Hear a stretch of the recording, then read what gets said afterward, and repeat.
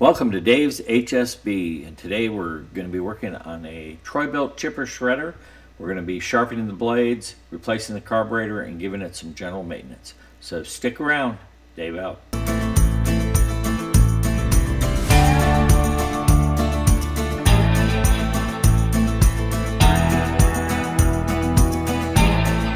Hey, it's Dave.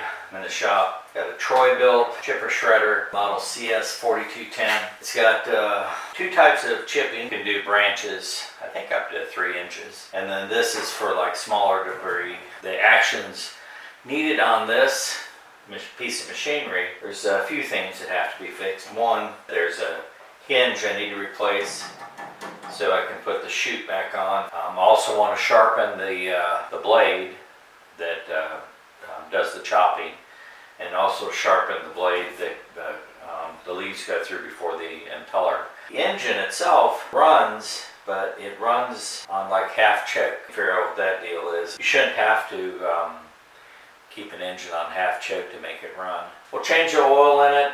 I'm gonna use some Superclean to clean this off. I want to get all the grime off around the motor, get all the metal nice and cleaned up. I have found it's much easier to work on things when I don't have to peel through a lot of dirt and grease and save.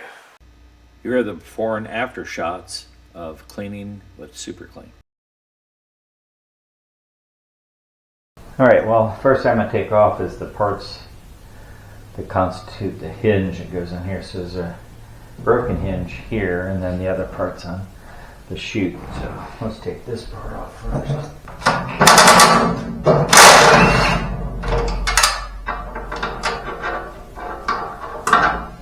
I sprayed these with penetrating oil about a week ago, I guess.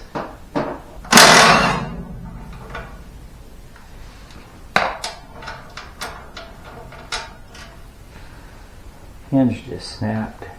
The other hinge parts in it. So somebody put a replacement bolt in it right there.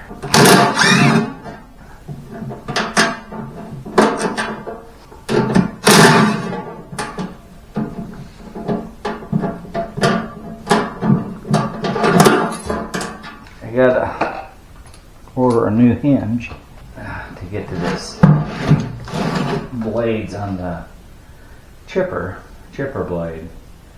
So this chute's gotta come off.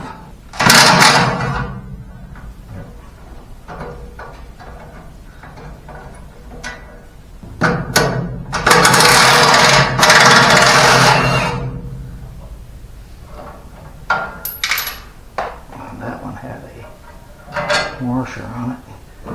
So it looks like there's a bolt here and a bolt here.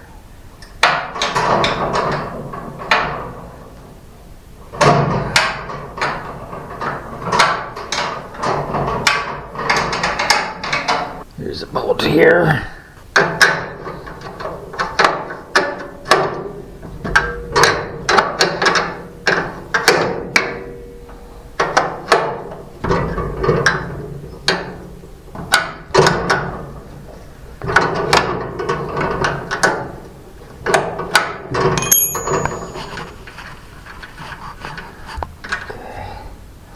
There's that one. Feels like it's getting to the point that you just come off. Yeah, there it is. Okay.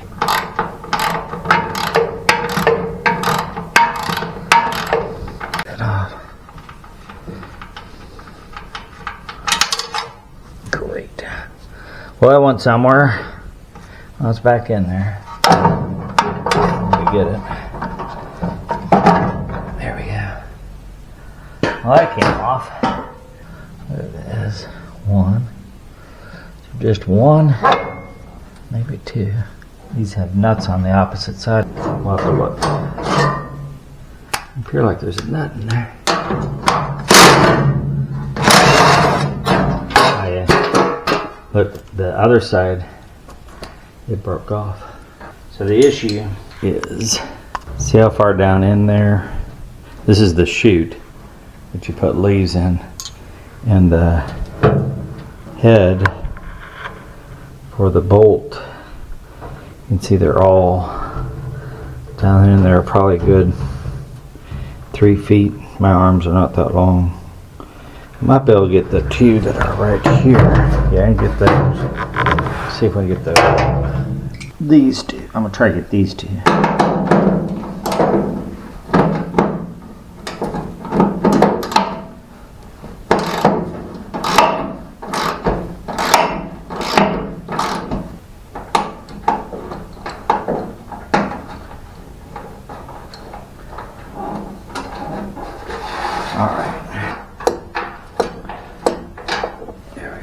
First things first. Here's the nut we lost. The directions. But I think I gotta take these dudes off right here. Yep. There's one.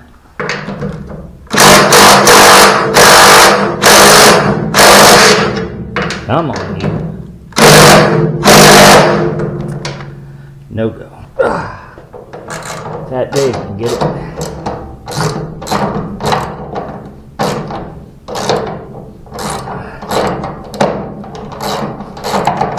The thing I don't like about impact wrenches, and why I don't use them a lot of times, is it does that. You're more apt to round over your edges of your bolt with them.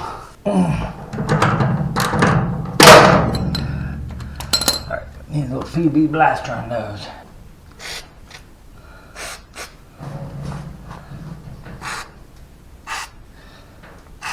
Okay. I don't want to break one of these off. That would be bad. So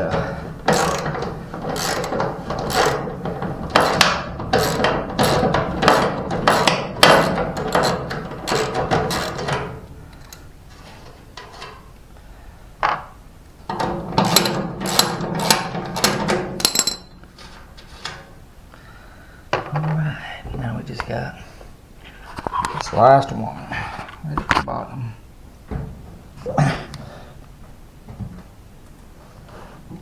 Okay.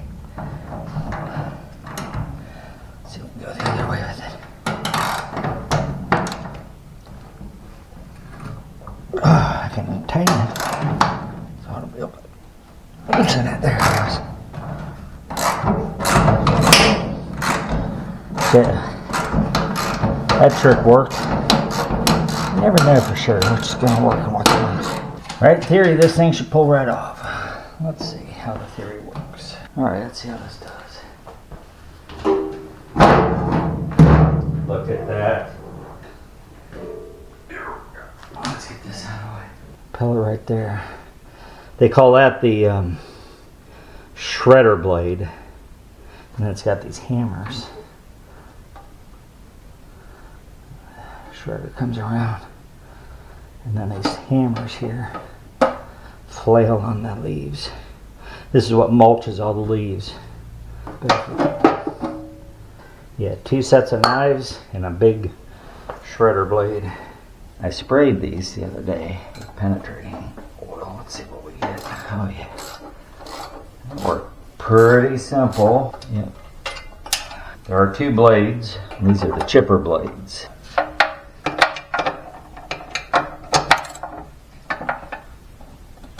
This one a little tougher. They broke through pretty decent.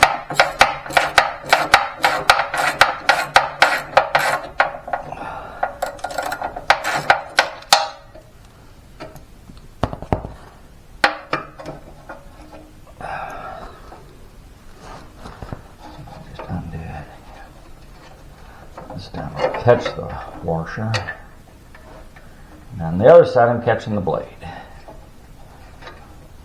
Nut in the washer, bolt and the blade. And there is our blade. That's what it looks like. We got one more takeoff. Caught that washer. Washer. And this side I got the blade. Alright, got the other blade off. There it is.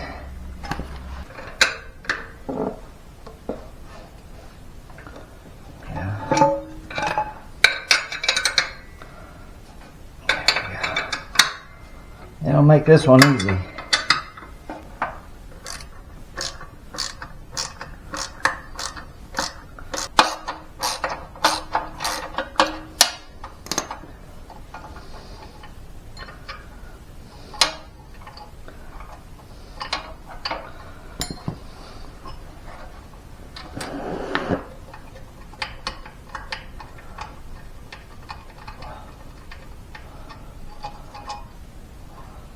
Alright, that was a little bit harder than I was anticipating.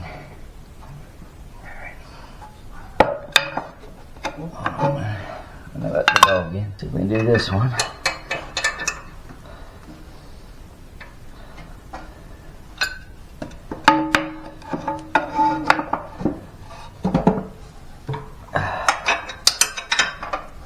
A little easier. Interesting.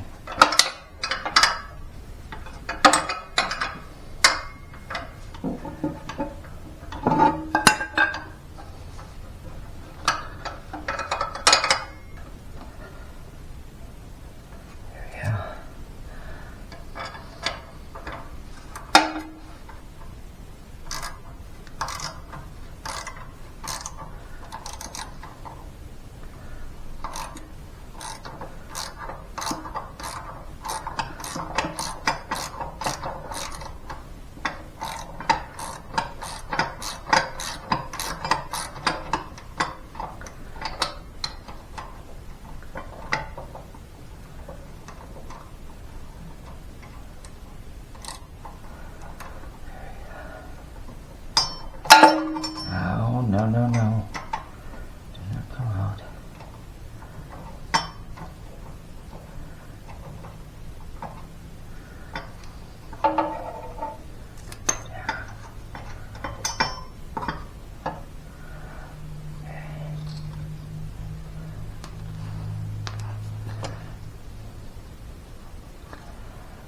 I lost the washer. Those are the hammers that emulsify the leaves. You know, it doesn't look that bad.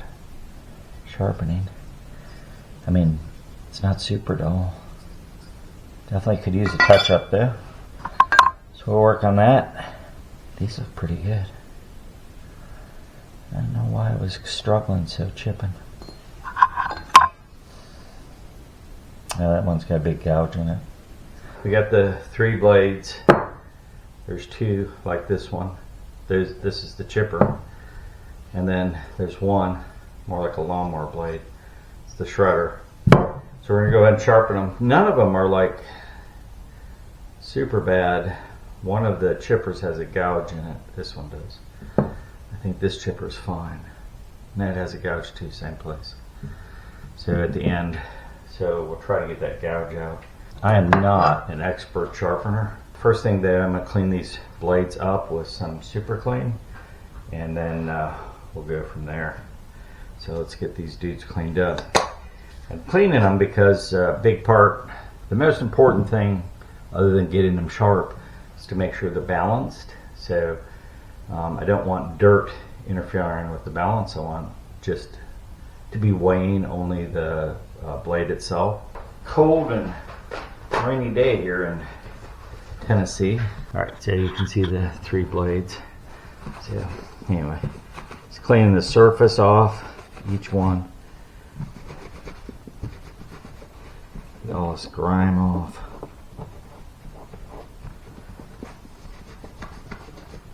This one's got a little bit more. So use a scraper on it. Yeah. Alright, so that looks pretty good.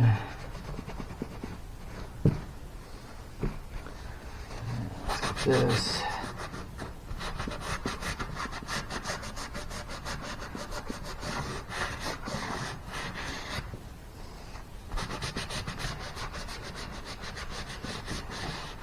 And if we're flipping, I'm going to get me a little Brillo pad and give it a good rubbing with that. If you're ever in a situation you're not sure what to use to clean something, you can always use a Brillo pad. For the most part, it doesn't hurt any metals. I say for the most part. But it does a nice job of finishing up the cleaning.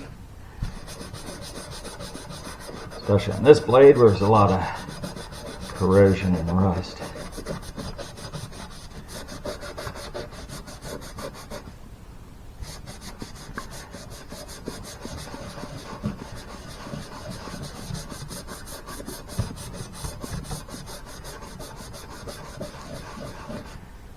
Let's add a little wall to this one. Oops. Hey, you're not supposed to do that. Just the top's supposed to come off. Mr. 3-1 oil. What the heckers? I like 3-1 oil. Lasts a little bit longer than the WD-40 does on a steel and stuff. So I think it's a good coating to put on stuff.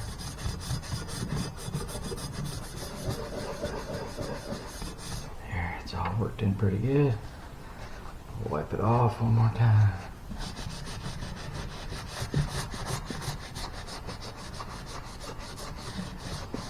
And we'll flip them and repeat. You can tell by the backside how dirty they were. Kind of lose sight of that after they've been cleaned.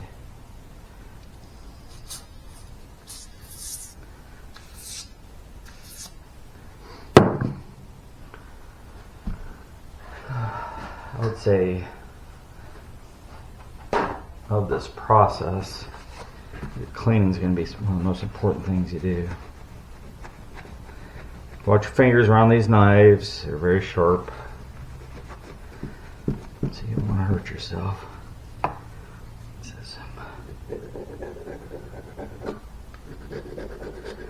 The nice thing about the Superclean, it just loosens all this gunk up. Comes off nice and easy. So you have a nice clean looking blade. Ready for action.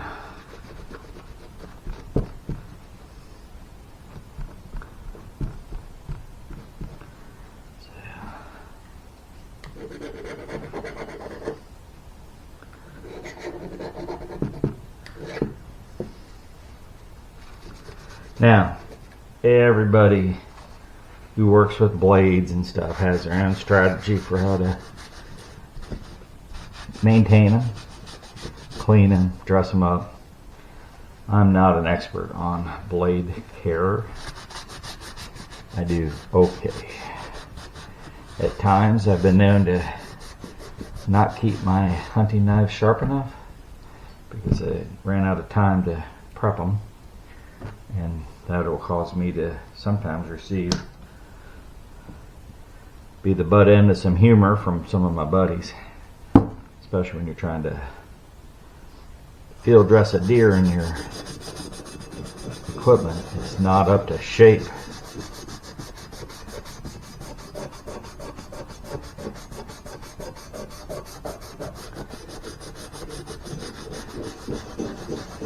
I have one friend who uses, him and his wife, they only use like the razors, the knife with the replaceable blades, and the blades are like razor sharp, and they swear by them. That's what they use.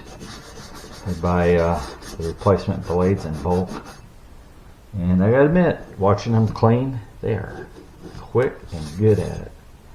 Alright, there we go.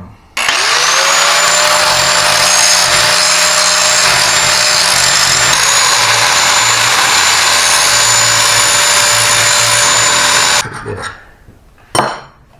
Alrighty.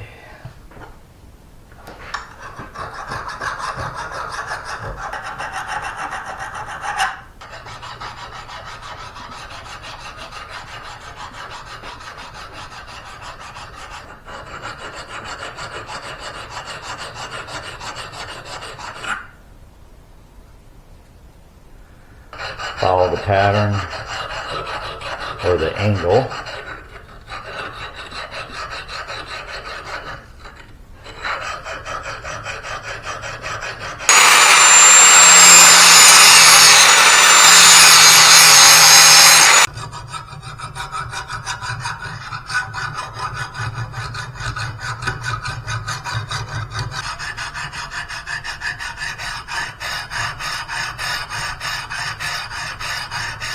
Alright, so we got both of these now weigh 3.72 ounces. And what I did was I trimmed off, this was the heavier one, I trimmed off the top side 3.72, and this one's 3.72. So both 3.72 ounces. I have a pin in here in order to see if it hangs level. It's free to float one way or the other. And it's hanging pretty level. You can see what I'm looking at. And it's the same way I check a lawnmower blade. They have blade balancers that you can buy, but this has always worked pretty good for me. I ordered a new carburetor, and it was actually cheaper to order a non-OEM carburetor. OEM, supposedly OEM, was like 150 bucks. This one's like 20. We'll see how it does. I've used those knockoff carburetors before, and some have worked well, and some not so much. So we'll see. But I got that coming, but I did also order a new hinge and screws and bolts, or bolts and nuts for it. That, believe it or not, was like $30. So each bolt was like $6. I try, when it comes to the equipment part, I try to use the same parts, OEM, on the actual equipment. Like if I was to buy a replacement blade, I would buy OEM blades. Anything to do with the actual chipper shredder part, I would. And for most part, on the engine, I would do the same. It's just that the carburetors are replicated so well today that oftentimes you can buy them much cheaper and they work just as well. Lillie, you say hello, Lillie. Oh, she's so pretty. All right, while the chute's off, it's a good time to access the oil to change it. So we're going to go ahead and do that. The plug empties right here, but I don't have anything small enough to get underneath this without going through a lot of gyrations. So we'll just pump the oil out.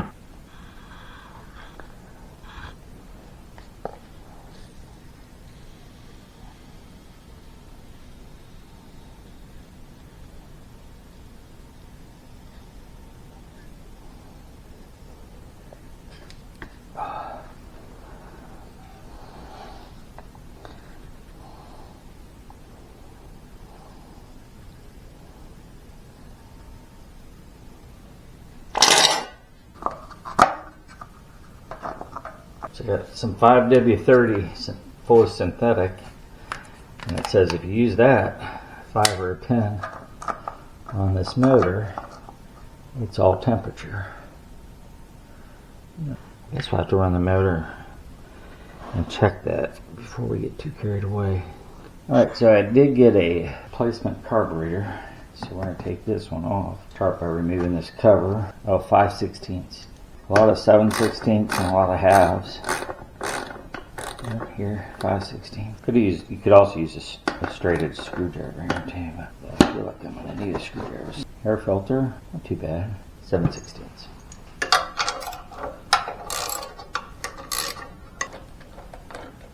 Which seems it takes that off.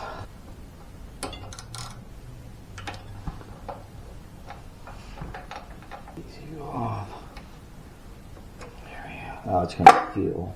I should turn you off. Oh, yeah. Oh, it's just. That's not cool. There you go. So, now, this is not OEM, it's just a Chinese knockoff. I could put a fuel filter in if I want, because they gave me 2. It's got new seals, so new handles, new wires, everything. It looks, they look the same. See, it's got this plastic thing on, and the hole that this goes into, which I don't see as a value add. So, I'm going to take that off. I've climbed the mountains in Montana, danced in the lights of New Orleans. Portland ran away with me, and San Francisco stayed with me. Nashville made its way in between. Fell in love in Minnesota, and fell apart south the Salt Lake. Colorado calls to me, and Washington will always be begging for a piece of me to stay. Maybe some things never change, but I wanna know how it feels to hang pictures on a wall, sleep in the same bed at night. I want reasons to stay, I want someone to take up my time and miss me when I go.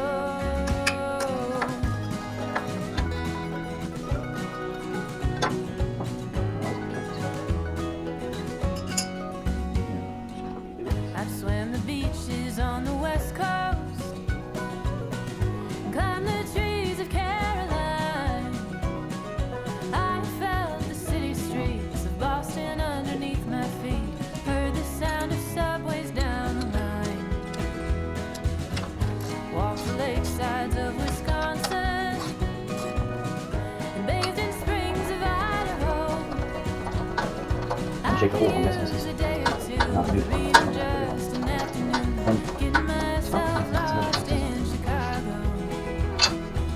Maybe I'm homesick for it all, 'cause I wanna know how it feels to hang pictures on the wall, sleep in the same. It's RC 12YC Champion.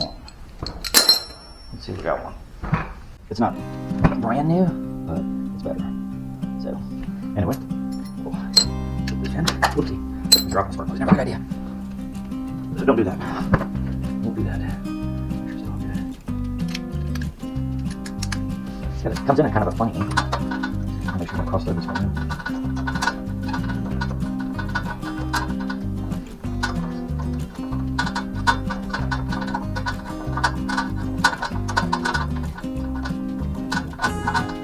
No resistance, so we'll call that a victory.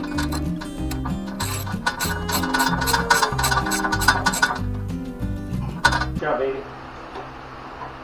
Put it on sled.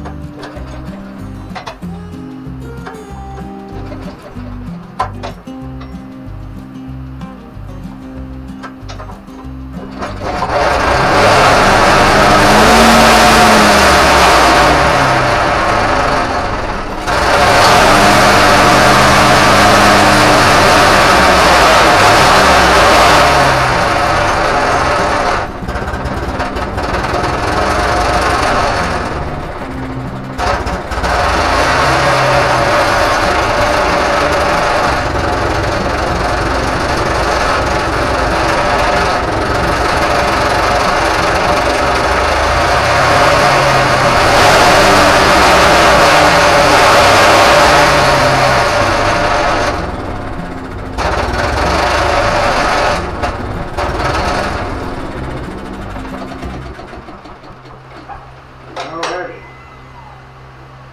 Well, there you go. So it ran off choke, and yeah, it started up just fine. We got no gas leaks. I think everything's good.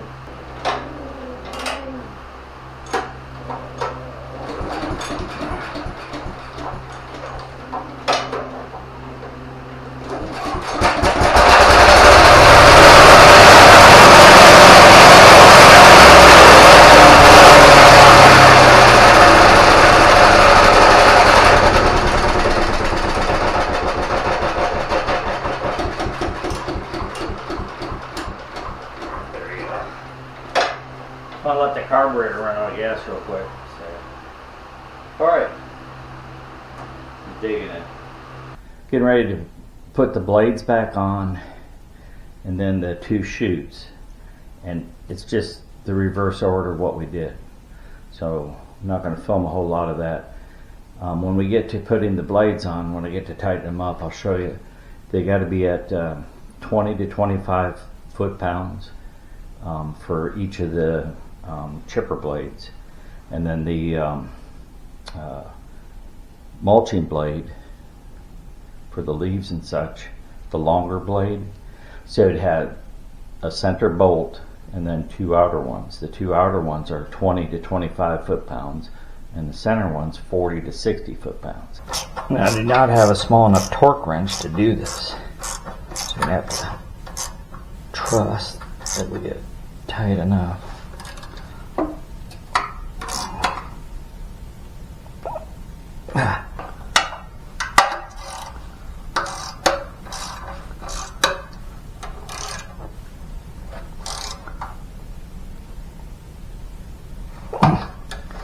There we go. That's good.